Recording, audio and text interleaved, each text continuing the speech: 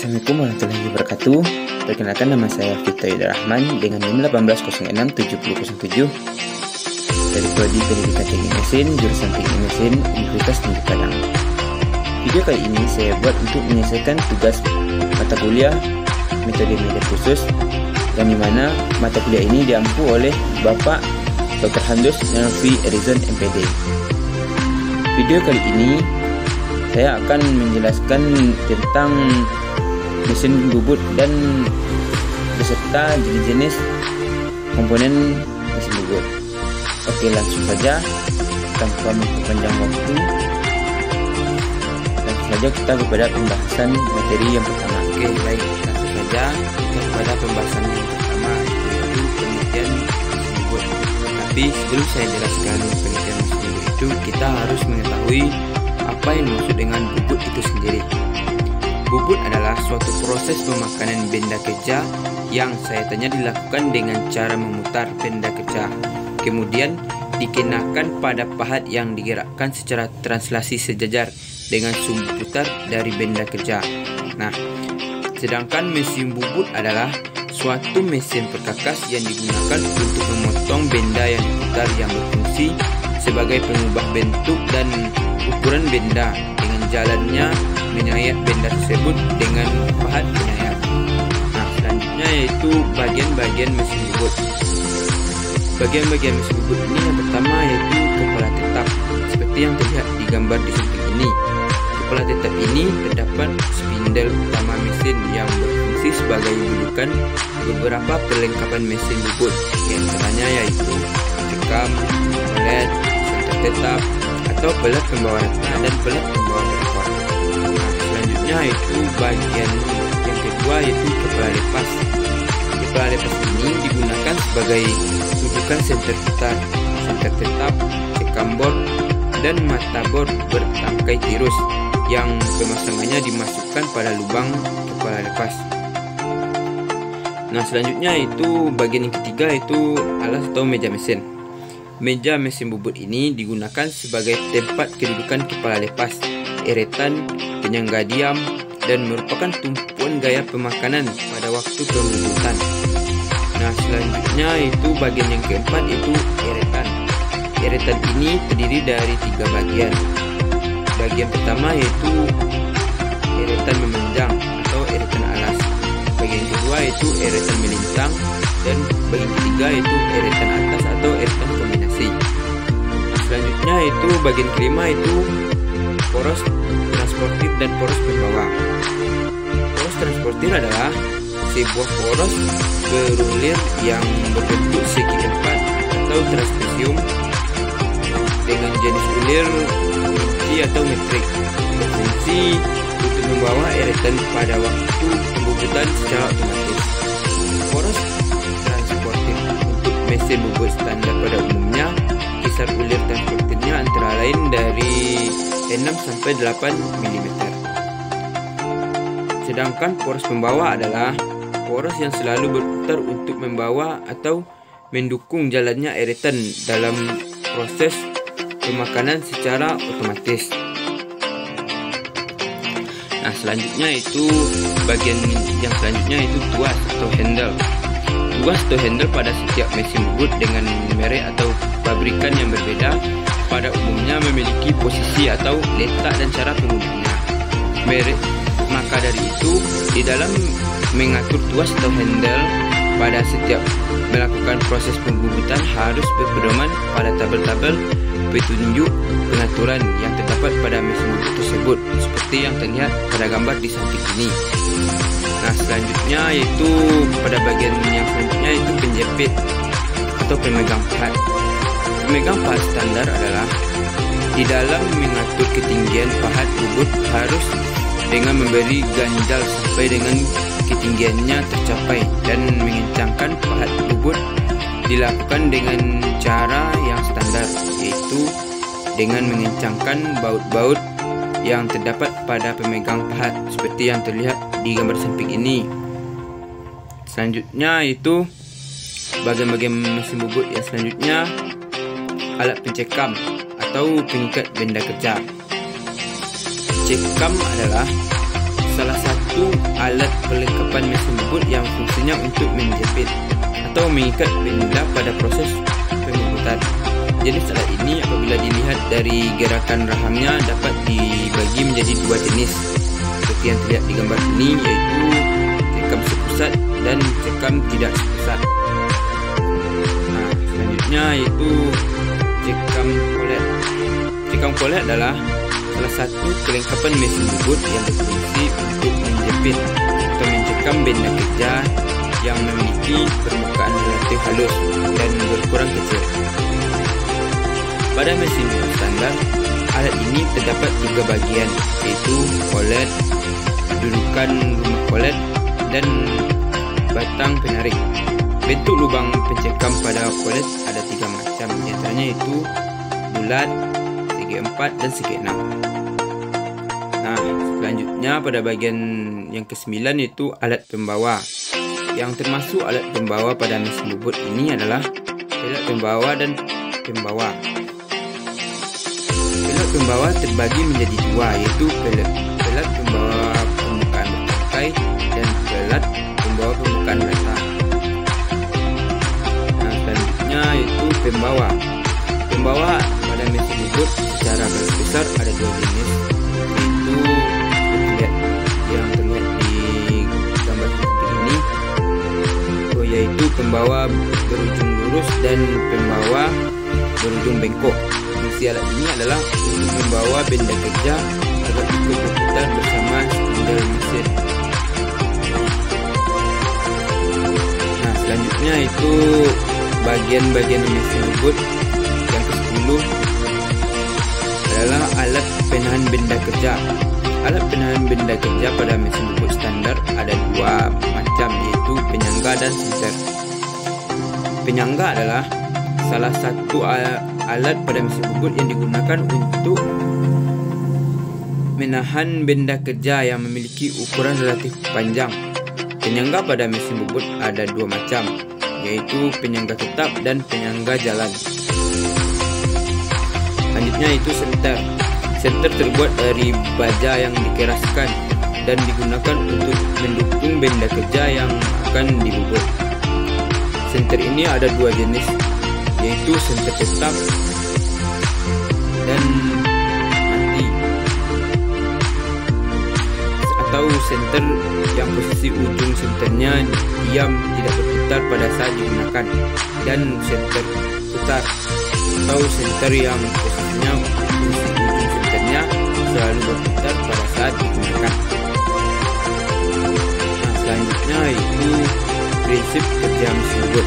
Prinsip kerja mesin bubut ini yaitu proses spindel akan memutar benda kerja melalui piringan pembawa sehingga memutar roda gigi pada poros spindel. Selanjutnya, melalui roda gigi penghubung, putaran akan disampaikan ke roda gigi poros ulir. Nah, selanjutnya oleh klem berulir, putaran poros ulir tersebut diubah menjadi gerak translasi pada eretan pembawa pahat. Akibatnya pada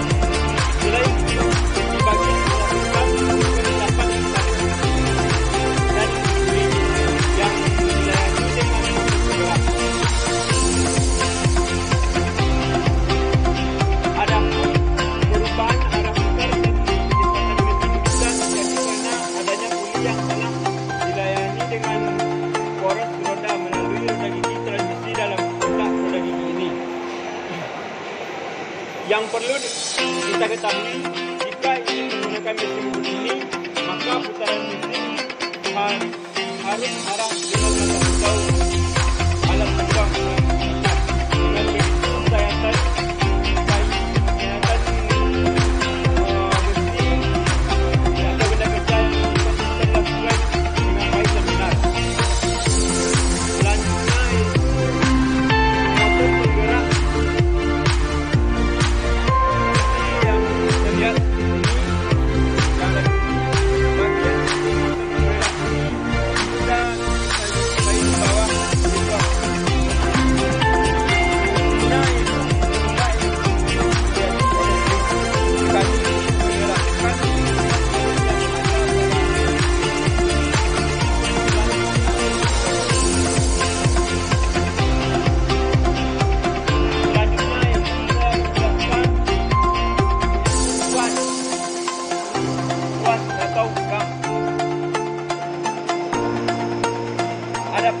dari tuas ini atau handle ini ada beberapa macam fungsinya yang saya ketahui. Yang pertama itu untuk meningkatkan kecepatan handle. Dan yang selanjutnya itu membina arah ke kanan. Dan membuat dan merasakan mesin. Yang selanjutnya itu untuk meningkatkan kecepatan makanan secara dapat kita lihat di sini mengatur kecepatan pada mesin ini. Selanjutnya itu membuat arah secara poros. Ini adalah tombol untuk mengatur putaran poros. Selanjutnya tombol menghentikan darurat dapat kita lihat di sini.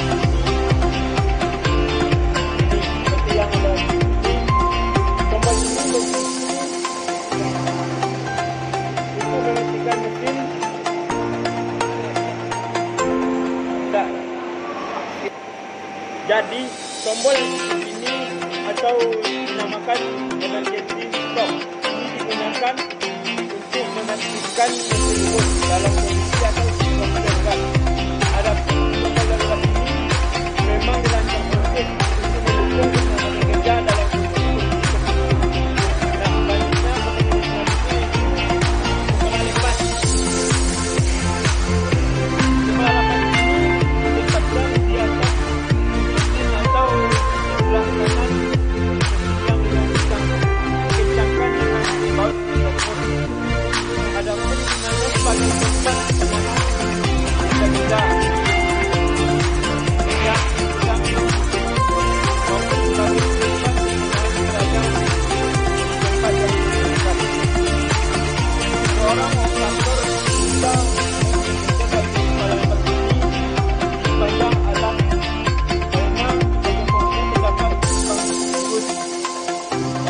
dapat kita lihat yang bisa dipasang mata bor dengan tangkai serupa.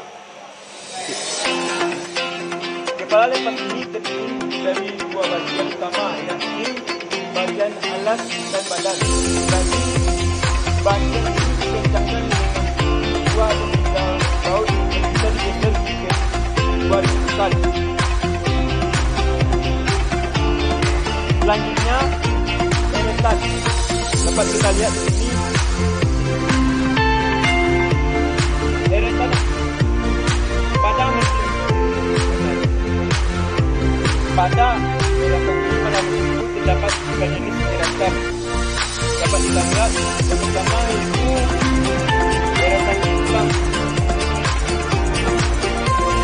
Bagian ini berada di atas eretan pada kencang terhadap alat.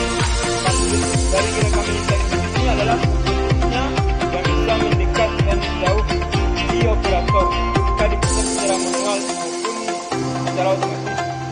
Fungsi dari eretan lintang ini untuk membantu tebal tipisnya pahatan yang dilakukan dengan memperhatikan skala ukuran yang sudah disediakan.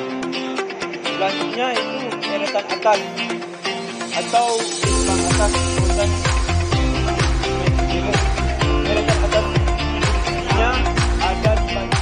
atas irisan lintang yang dipasangkan dengan dua baut. Ini dapat kita lihat ini posisinya diputar atau diubah garis derajat sesuaikan kebutuhan. Pada irisan atas ini terdapat rumah bahan seperti yang terlihat yang menyertainya, yang mana ini untuk membuat virus dengan sudut yang besar dan digerakkan secara manual. Nah, selanjutnya bukan bahan.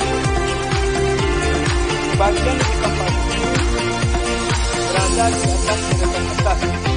Teman-teman bisa lihatnya yang berfungsi untuk menjepit saat proses pembubusan dilakukan. Adapun secara umum gundukan pad ini dibedakan menjadi dua bagian.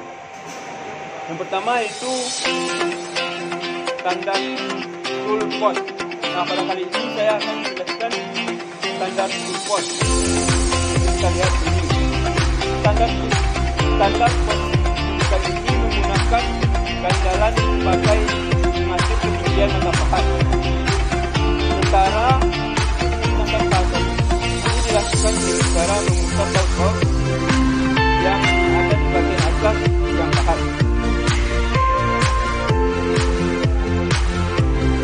Baik, untuk komponen selanjutnya itu lampu penerang. Dapat kita lihat ini lampu penerang ini merupakan bagian yang berfungsi untuk membantu operator dalam bekerja saat pembuatan tentang hasil agar lebih cepat. Namun tidak semua mesin cukup dan terdapat dengan lampu penerangan ini.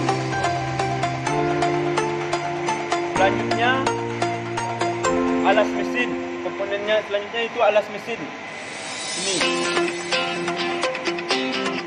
alas mesin ini berfungsi sebagai buat gaya pemakanan ketika poros pembubusan menjadi dan juga sebagai tempat dudukan kala lepas atau mesin yang galiam dan keratan. Adapun bentuk dari alas meja ini bermacam-macam. Ada yang salah satunya memiliki ketinggian tertentu dan ada pula yang datar. Namun permukaan dari meja selalu halus, rata dan memiliki tingkat jarak yang tinggi sehingga gerakan memanjang dan parameter dasarnya dapat bisa berjalan dengan kata yang apabila bagian ini tidak digerakkan atau maka akibatnya bisa berkembang. Hasil dari dan tidak lagi bisa presisi dan hasilnya kurang maksimal. Nah, untuk komponen selanjutnya itu poros pembawa atau transportir. Dapat dilihat ini pada poros transportir ini merupakan bagian poros yang terletak di bawah irisan alat yang membentuk seperti trapez atau tempat dengan jenis wall dan metrik. Jadi poros transportir ini berfungsi untuk membawa irisan secara otomatis pada saat proses pembubusan. Contohnya saat melakukan pembubusan arah kencang atau memanjang dan antara beberapa titik. Sedangkan poros pembawa bukan terlalu besar untuk membawa dan memanjang irisan saat proses pemakanan secara otomatis. Nah, untuk melihat kecepatan dari hasil pembubusan bisa dilihat dari tabel pemakanan pada mesin sehingga Anda bisa mengatur pembuatan dan pembatuan. Nah, dapat kita lihat ini adalah tabel untuk mengatur kecepatan pada mesin. Nah, untuk komponen selanjutnya yaitu poros. Untuk komponen selanjutnya itu alat pencekam. Seperti yang terlihat di sini. Maksud dari alat pencekam ini adalah bagian yang digunakan untuk mengikat dengan keras dan akan dilakukan dan bagian ini terdapat dua jenis pencekam. Pertama itu pencekam utama.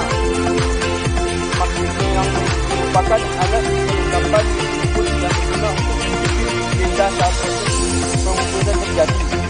Jenis ini bisa dilihat dari rahang atas bagian atas dua buah, yaitu cekap sepusat dan cekap tidak sepusat. Cekap sepusat adalah cekap yang mengikuti salah satu rahang digerakkan maka bagian lainnya akan ikut bergerak menjauhi pusat ibu. Oleh kerana itu, jenis cekap ini bisa digunakan untuk mendeteksi benda yang mempunyai sudah pada itu biasanya diuji juga rahang juga yang terlihat di sini. Dan selanjutnya itu yang kedua itu cekap. Nah, pada konsep selanjutnya rem kaki ini seperti yang terlihat di sini. Bagian ini digunakan untuk menyelamatkan bahan dalam dan beberapa tahap digunakan termasuk dalam kondisi sekalian. Mungkin inilah analisis yang dapat saya jelaskan pada video kali ini. Kalau ada salah, saya mohon maaf dalam penjelasan ini. Saya ucapkan Assalamualaikum warahmatullahi wabarakatuh.